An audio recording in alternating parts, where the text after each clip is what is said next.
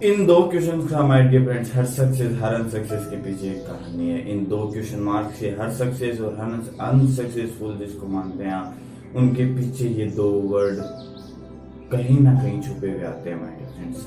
मैंने जहां तक पढ़ा है, जहां कुछ सीखा है, जिन सक्सेसफुल और अनसक्सेसफुल लोगों के बारे में, उनके पीछे ये दो क्वेश्चन मार्क जरूर आए हैं माय डियर फ्रेंड्स, और आते हैं।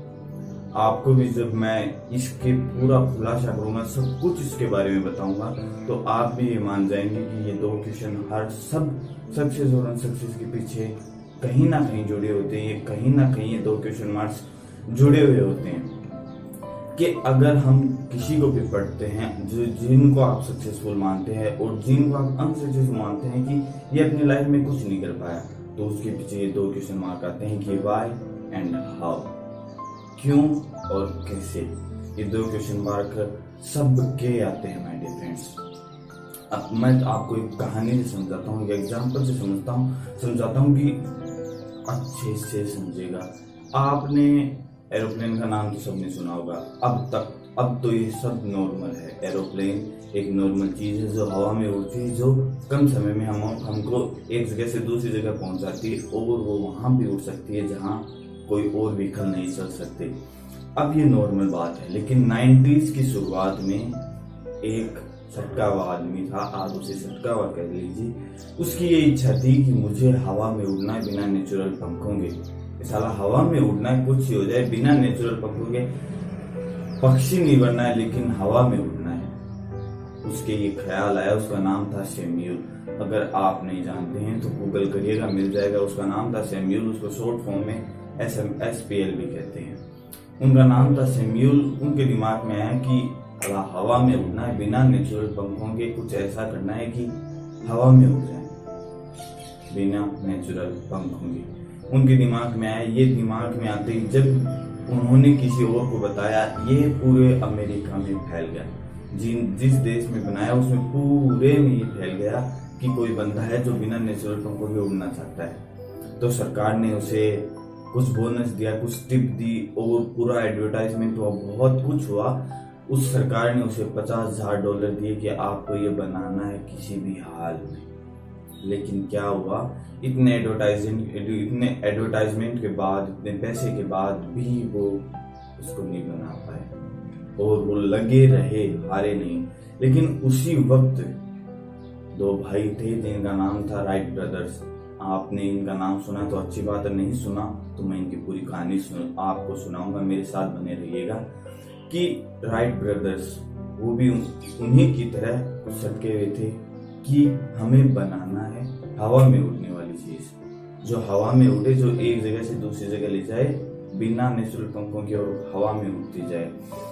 वो कुछ अलग प्रकार के थे। उन्होंने कोई शोरगुल कुछ नहीं किया, कुछ शांति, एकदम शांति में, एक कोने में, जैसे हम कह सकते हैं कोने में रहकर सब कुछ किया। ना उनके पास कोई एडवर्टाइजमेंट था, ना कोई पैसा था, ना कोई बोनस था, ना कोई टिप थी, लेकिन फिर भी राइट ब्रदर्स ने माय डियर फ्रेंड्स एरोप्लेन बना दी, जैसे आज हम हवाई जहाज या एरोप्लेन के नाम से जानते हैं। उन्होंने इसे बना दिया माय डियर फ्रेंड्स, उन्होंने इसे बना दिया एरोप्लेन जिसे हम कहते हैं, उन्होंने इसे बना दिया। लेकिन उनके दिमाग में अब अपने मोरल आता है इस पूरी स्टोरी का, मान लीजिए या अपन जो वीडियो कर रहे हैं उसका, कि ये स्टोरी हमें क्या सिखाती है। ये स्टोरी हमें यही सिखाती है कि सैम्यूल के दिमाग में ये आया कि मुझे क्या करना है, मुझे कैसे करना है इसे। सैम्यूल के दिमाग में पहले ये आया कि मुझे कैसे करना है। उनके दिमाग में आया कि मुझे एडवर्टाइजमेंट मिलेगा, मुझे अगर कुछ एडवर्टाइज मिलेगा, बोनस मिलेगा तो मैं ये कर पाऊंगा। लेकिन वो सटके हुए बिग ब्रदर्स, हम जिन्हें सटके हुए कह सकते हैं, जिन्हें पागल कह सकते हैं अपने ड्रीम के लिए, उनके दिमाग में ये सब कुछ नहीं आया। उनके दिमाग में यही आया कि मुझे ये क्यों करना है, क्यों और कैसे में फर्क देखिए माय डियर फ्रेंड्स। सैम्यूल के दिमाग में आया कि मुझे कैसे करना है। जिसके दिमाग में ये आता है ना माय डियर फ्रेंड्स, वो कहीं नहीं पहुंचता। और राइट ब्रदर्स के दिमाग में ये आया कि मुझे कैसे उनके दिमाग में ही नहीं है कि मुझे कैसे करना है, उनके दिमाग में है कि मुझे क्यों करना है, क्योंकि मुझे एक क्रांति लानी है। और माय डियर फ्रेंड्स, वो क्रांति आई जहां हम जाने में, पैदल जाने में 1 महीना लगता है, जहां बाइक से जाने में 10 दिन लगते हैं, जहां गाड़ी से जाने में 5 दिन लगते हैं, जहां ट्रेन से जाने में 3 दिन लगते हैं, वहां एरोप्लेन से जाने में माय डियर फ्रेंड्स 3 घंटे लगते हैं। क्रांति तो आई माय डियर फ्रेंड्स, और क्रांति वो राइट ब्रदर्स की देन है माय डियर फ्रेंड्स। क्रांति आई, लेकिन उन्होंने ये नहीं सोचा कि कैसे करना है। पहले उनके दिमाग में ही नहीं आया कि कैसे करना है, उनके दिमाग में है क्यों करना है।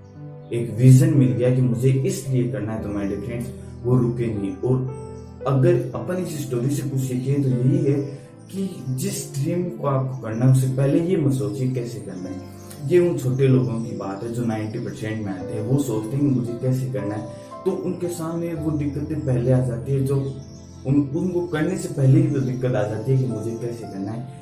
वो उनके पास पहले दिक्कतें आ जाती है, वो पहले उनके पास प्रॉब्लम्स देखने लग जाती है, सॉल्यूशन नहीं मिलता। उनके पास सफलता से पहले की जो असफलताएं होती है वो दिखती है, लेकिन उन असफलताओं के बाद सफलता मिलती है वो नहीं दिखती माय डियर फ्रेंड्स। अपन ये सोच लेते हैं कि मुझे कैसे करना है, तो यही होता है, सबके साथ यही होता है माय डियर फ्रेंड्स। आप किसी को भी देख लेना, सबके साथ यही होता है कि मुझे पहले ये आ गया कैसे करना है, तो प्रॉब्लम्स पहले आएगी, सॉल्यूशन पहले नहीं आएगा। अगर आपके पास विजन है और आपने पहचान लिया कि मुझे क्यों करना है, तो माय डियर फ्रेंड्स वो सब प्रॉब्लम्स हटती जाएंगी, एक एक करते हटती जाएंगी। वो प्रॉब्लम्स का सॉल्यूशन चुटकियों में निकलेगा माय डियर फ्रेंड्स। आप किसी को भी उठा के देख लीजिए, आप अपने नजरिए में जिसको सक्सेसफुल मानते हैं, आप जिनको भी सक्सेसफुल मानते हैं, मान लीजिए आप में अपने पापा को सक्सेसफुल मानते हैं, तो आप कभी अपने पापा से पूछ के बैठना कि आप ये क्यों कर रहे हैं। उनके दिमाग में पहले ये नहीं है कि कैसे करना है, उनके दिमाग में पहले आया क्यों करना है, क्योंकि मुझे मेरे बच्चे को अच्छा पढ़ाना है, मुझे मेरे बच्चे को अच्छा नॉलेज देना है, अच्छी स्कूल्स में जाना है। उनके पास पहले ये आया, क्यों आया, पहले ये नहीं आया कैसे आया। और किसी को भी देख लीजिए, सचिन तेंदुलकर आज वर्ल्ड रिकॉर्ड पर हैं कि उन्होंने 100 सेंचुरीज मारी, उनका वर्ल्ड रिकॉर्ड आज तक कोई नहीं तोड़ पाया। उनके दिमाग में पहले ही नहीं आया कि कैसे करना, उनके दिमाग में पहले आया क्यों करना है, क्योंकि मुझे वर्ल्ड रिकॉर्ड बनाना है। अब्दुल कलाम को अग्नि मिसाइल लॉन्च करनी थी, उनके दिमाग में ये नहीं आया कि मुझे कैसे करना, उनके दिमाग में क्यों आया, क्योंकि उनको इंडिया को सुपर पावर बनाना था my dear friends. Swami Vivekananda ने शिकागो में वो स्पीच दिया, वो स्पीच पहले ये नहीं सोचा कैसे देना, उन्होंने ये सोचा कि मुझे क्यों देना है, क्योंकि इंडिया को रिप्रेजेंट करना है। आप किसी भी एग्जांपल्स को ले लीजिए माय डियर फ्रेंड्स, जिनको भी आप सक्सेसफुल मानते हैं। रानी लक्ष्मीबाई को झांसी पहले ये नहीं आया कि मुझे कैसे बचाने, उनको आया क्यों बचाने, क्योंकि वो स्वाभिमानी थे my dear friends. Maharana Pratap हार नहीं मानी, मरते तक उन्होंने पहले ये नहीं सोचा मुझे कैसे करना, उन्होंने ये सोचा क्यों करना है, क्योंकि मुझे अपना स्वाभिमान जिंदा रखना है। आप किसी को भी सक्सेसफुल मानते हैं माय डियर फ्रेंड्स, उनको देख लीजिए कि उनके विजन बन जाते हैं, तो माय डियर फ्रेंड्स उन्हें सक्सेस होने से क्यों नहीं रोक सकता। एलोन मस्क जिन्होंने बहुत सी मिसाइल लॉन्च की, उनमें इतना मोटिवेशन भरा, उनमें इतनी आग भरी हुई कि 10 मिसाइल्स लॉन्च करने के बाद करोड़ों अरबों का नुकसान होने के बाद भी आज भी दौड़ रहे हैं। उनके पास विजन है, उन्होंने ये नहीं सोचा कैसे करना, उनके पास विजन है कि क्यों करना है, क्योंकि उन्होंने मार्स पर उनको दुनिया बनानी है माय डियर फ्रेंड्स। यही बात है कि जिसके पास ये विजन हो जाता है कि मुझे क्यों करना है, तो माय डियर फ्रेंड्स उसे हरा कोई नहीं सकता। भले जीते नहीं, लेकिन हरा नहीं सकता माय डियर फ्रेंड्स। वो कहीं ना कहीं पहुंचेगा।